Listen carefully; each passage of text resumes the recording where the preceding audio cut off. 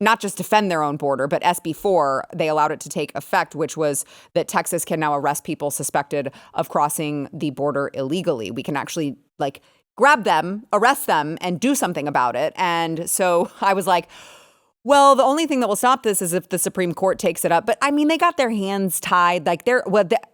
I should say they're very busy right now. And so I don't know, maybe they won't. Well, it was like as the show was airing out live, the SCOTUS decided to halt that. So they are blocking Texas's immigration law, SB4, from taking effect. That means that the Supreme Court will rule on the issue by March 13th. So now we can't, they're tying our hands behind our back. We can't do anything. We can't enforce our laws. We can't keep our border sovereign. We can't do any of that, even though we're finding out there was a FOIA lawsuit from the Center of Immigration Studies that revealed that the Biden administration has been coordinating flights for approximately 320,000 illegal immigrants to 43 different cities across the country, which I don't think it takes a rocket scientist to understand that could cause that is national security vulnerabilities at play here. And yet they're just being flown in by the Biden administration. You don't even have to walk these days. You don't have to walk. You can just get a free flight, free money, free debit card, free phone, free everything. But if you're an American citizen, no, please. If you're a homeless veteran, stay on the streets, live in filth. That's fine. We'll take care of these illegals instead.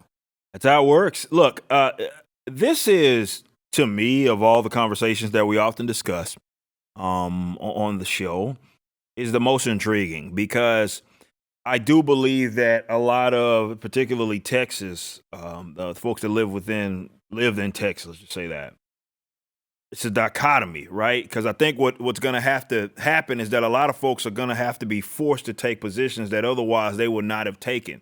And that is basically telling the federal government to go screw themselves. Mm-hmm. Now, obviously, that makes me a very happy man. Mm-hmm. This is something that I advocate, but this is something it says, don't threaten me with a good time. Exactly. But this is something that, it's so blatant, and you may see the Supreme Court end up taking the position of the federal government, because I do not think that they want freer states. I do not think that they want, especially people need to understand, Texas of all the states is it's the most independent one. It's the one that if the federal government decided not to rule over us, we'd be fine for the most part between our economy and infrastructure.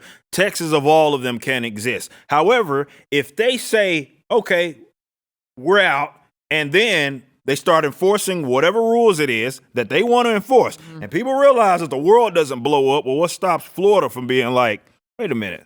Right. What stops the other states from being like, wait a minute? So don't expect them to rule on behalf of Texas. But this is my argument. Then what? That's what it gets really interesting. Yes. Because what I think Texas should do is say, okay, you ruled your way. We don't care. Yeah. They have to, because if the Supreme Court, if the highest law in the land says you are not allowed to defend and protect your own borders, what the hell are we all doing here? Like, what are we doing here? What is the point of all of this? I think what's happening is I don't want to call it a logical conclusion. I think it was, unfortunately, when the government started to set itself up, more so the federal government started to set itself up in the way that it has, we're coming to this harsh reality that, well, when it all is said and done, they're not there to look out for any particular geographical area. It's more so they're there to maintain their presence and maintain their power. So when you're faced with an issue like this, which is impacting so many different people, yeah, sure, there may be injustices on both sides, but it's impacting a lot of different people, and really across the entire nation, not just with Texas, but because of how close we are to Mexico, it's impacting Texans more than anything. So now people are going to have to face that reality. Well, the federal government don't got us. Right. They ultimately they don't got us. And when it's time to actually do something, let's say action, not just talking about it, legislate, okay, it's actually time to come up with some sort of resolution. You see, the federal government will be like, well, you're on your own. We don't want you to do that. Right. We don't want you to do anything that may be, because you'll make us look bad. Yeah. We don't want you resolving any problems or anything. Can't do your own thing. Right. Which, to your point, and then I know we got to go to break in a second, but to your point is at the end of the day, let's say the Supreme Court does rule on it. And let's say that the Supreme Court says, no, you're not, if the federal government has abdicated their responsibility, you're not allowed, as Texas, as a state, you're not allowed to pick up their slack. Who cares at the end of the day? Because what are they going to do? What are they going to do? You already have Border Patrol who is calling out Joe Biden and saying he is doing a horrible job, that they don't support what he's doing, that they don't support this open border. And they have already come out and said, we respect Texas National Guard. We're not here to cause a problem. They're doing their job. We're trying to do ours. Like, there's not, maybe violence breaks out, but maybe that's what it has to come to. I don't want it to. I would argue it'd be temporary. If there was, I agree. I think it'd be very temporary. It's going to be very difficult to convince, especially American people, to start going attacking Texas.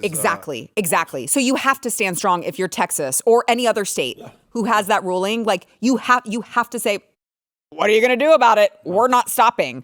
And just let the chips fall where they may is the only way out of this. All right, let's go ahead and let's take a quick break. And then when we come back, this is so good. Eric, did you see AOC being heckled by her own? Oh, the left eating their own is just, and when it's AOC, it is double. 2 chef's kisses for this when we come back. If you like this clip and you want to see the full episode, click here. And if you want to subscribe to the channel, come on, you know you do. Click here.